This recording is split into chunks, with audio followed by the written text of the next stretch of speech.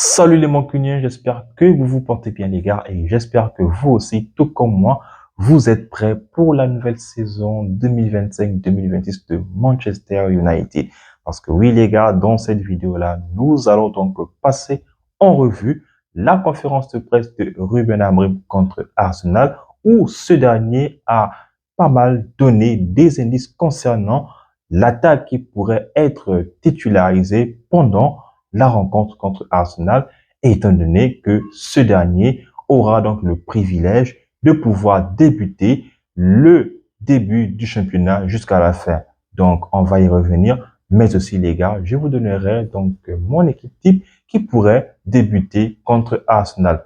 En attendant les gars, si vous n'êtes pas encore abonné, n'hésitez pas à vous abonner, de donner vos avis dans les commentaires. Sinon, restez bien assis confortablement. La vidéo commence tout de suite.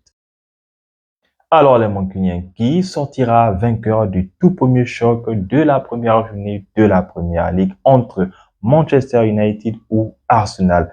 Un côté, nous avons Benjamin Sesko et de l'autre, nous avons Victor Gyökeres. Les deux équipes se sont renforcées offensivement vu que Arsenal cherchait ardemment à avoir un numéro 9 de référence et Manchester United essayait tant bien que mal à marquer un maximum de buts, chose qu'ils n'ont pas été capable de faire lors de la saison précédente 2024-2025. Mais les gars, pour commencer, lors de la conférence de presse, une question concernant les absents. On sait tous, les gars, que Lisandro Martinez est en phase de retour. Malheureusement, celui-ci est totalement out pour cette rencontre-là. N'empêche que les joueurs comme Zirkzee ou encore Onana, eux, il y a des fortes chances qu'ils soient là sur le terrain, mais il est très fort probable que ces derniers ne puissent pas être titulaires pendant cette rencontre-là. Maintenant, les gars, la question que les journalistes attendaient ardemment à poser à Ruben Amorim, c'était de savoir quel était son ressenti par rapport à Benjamin Sesko.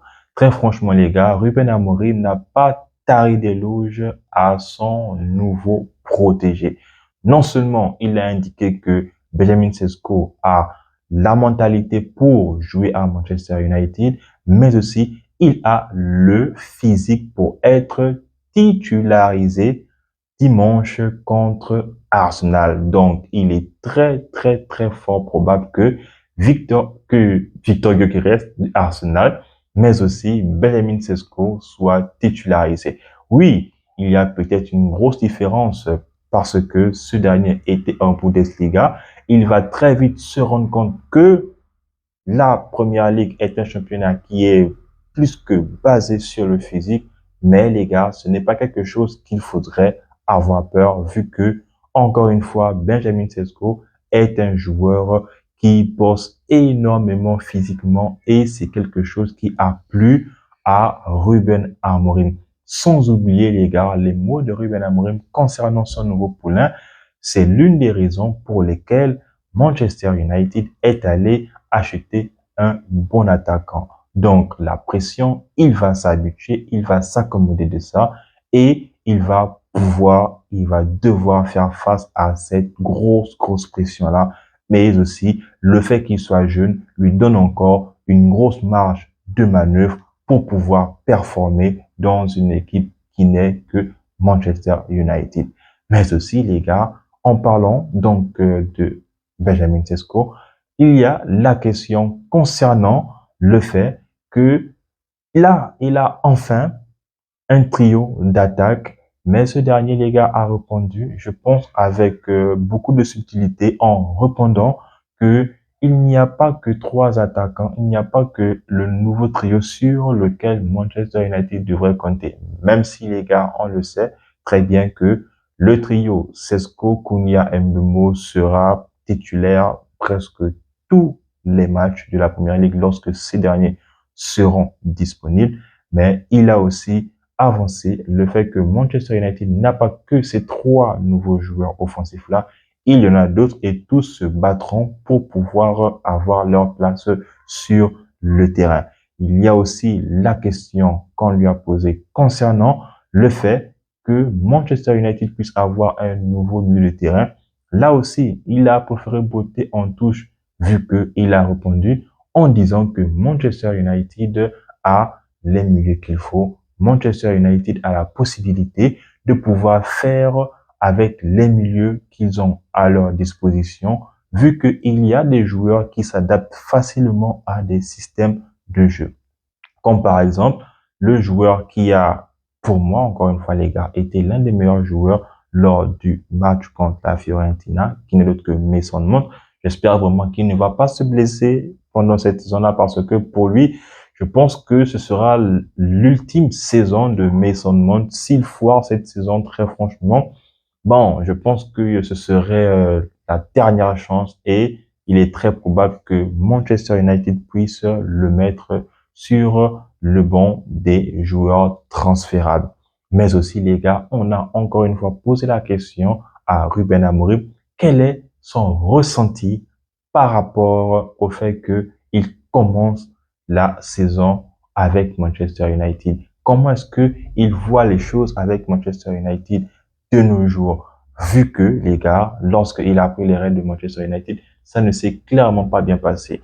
Bien évidemment, les gars, il a donc répondu avec sobriété sur le fait qu'il est tout à fait dans un bon état d'esprit, c'est-à-dire que il perçoit vraiment le fait de pouvoir bien commencer cette saison, même si les gars, ça va vraiment être difficile pour pouvoir avoir une constance assez abordable, c'est-à-dire enchaîner des victoires et des victoires. Donc, il a fait part d'une certaine réalité que nous, les supporters, mais aussi les joueurs devons être réalistes par rapport à ce que les joueurs de Manchester United peuvent produire. Donc, n'empêche qu'il est tout de même content, il est tout de même ravi de l'ambiance qui règne aujourd'hui dans l'enceinte de Manchester United, étant donné que cela n'était malheureusement pas au rendez-vous lorsqu'il a repris les commandes de Manchester la saison dernière, mais aussi lorsque Manchester United accumulait les mauvais résultats. Donc, la question aussi, les gars, concernant Bruno Fernandes, quel sera son positionnement ou bien son repositionnement? Bien sûr, les gars, il a encore une fois vanté tout le mérite de Bruno Fernandes et qu'il a admis que Bruno Fernandes était mieux avec le ballon la saison dernière. Sauf que là, il aura maintenant des joueurs qui vont l'aider.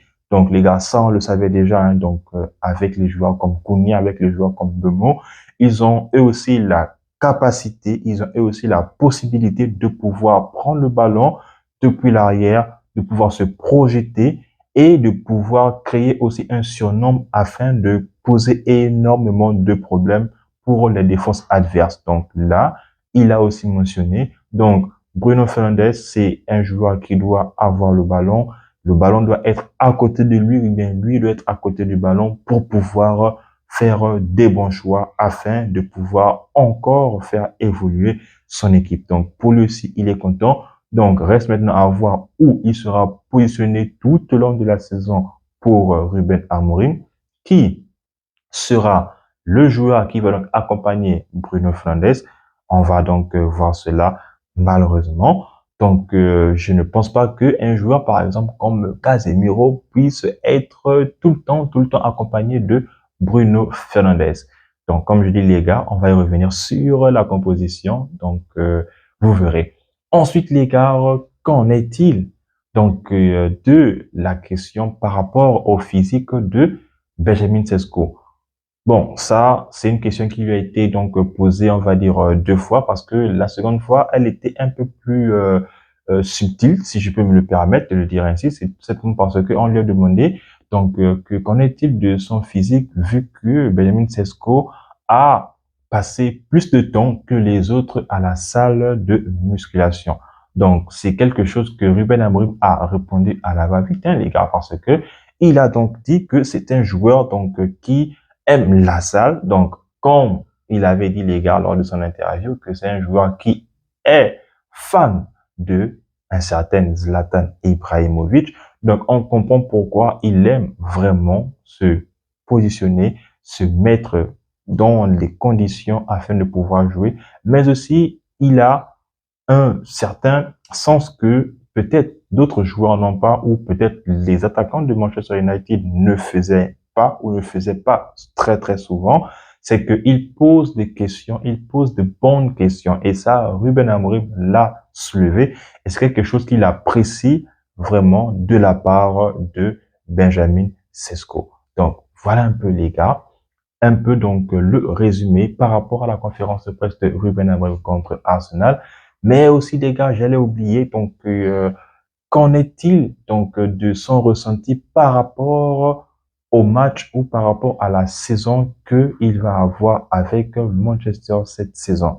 Il a dit, les gars, que cette saison, il ne fera donc pas comme la saison dernière, c'est-à-dire qu'il se laisse tout le temps emporter. Ici, les gars, l'objectif, c'est de rester donc concentré match après match. Ici, l'objectif, c'est de pouvoir rejouer l'Europe la saison prochaine. Mais les gars, quand on est Manchester United, d'après ses dires, il est difficile qu'on ne parle pas que, voilà, donc d'être qualifié. Donc, il fait ici allusion au fait de pouvoir remporter un titre, c'est-à-dire le championnat, même si les gars, on sait tous que c'est pas impossible, mais on sait que ce sera très, très, très difficile. Donc, l'objectif, c'est de prendre chaque match. Les matchs, donc, doivent être pris un par un. Et pour lui, les gars, ça va lui permettre d'être beaucoup plus concentré, beaucoup plus focus. Donc, voilà un peu, les gars, ce que Ruben Amorim avait donc prévu pour nous et ce qu'il a prévu contre Arsenal. Mais, les gars, il y a aussi la question fondamentale. Qu'en est-il de son ancien poulet de Victor Gyökeres? Bien évidemment, les gars, il a encensé encore une fois Victor Gyökeres. Il a donc fait part que c'est un très bon joueur. Lui aussi, il connaît un nouveau championnat. Manchester United n'aura pas la même appréhension que si un certain Kai Havertz est sur le terrain, que si un certain Victor Gyökeres est sur le terrain.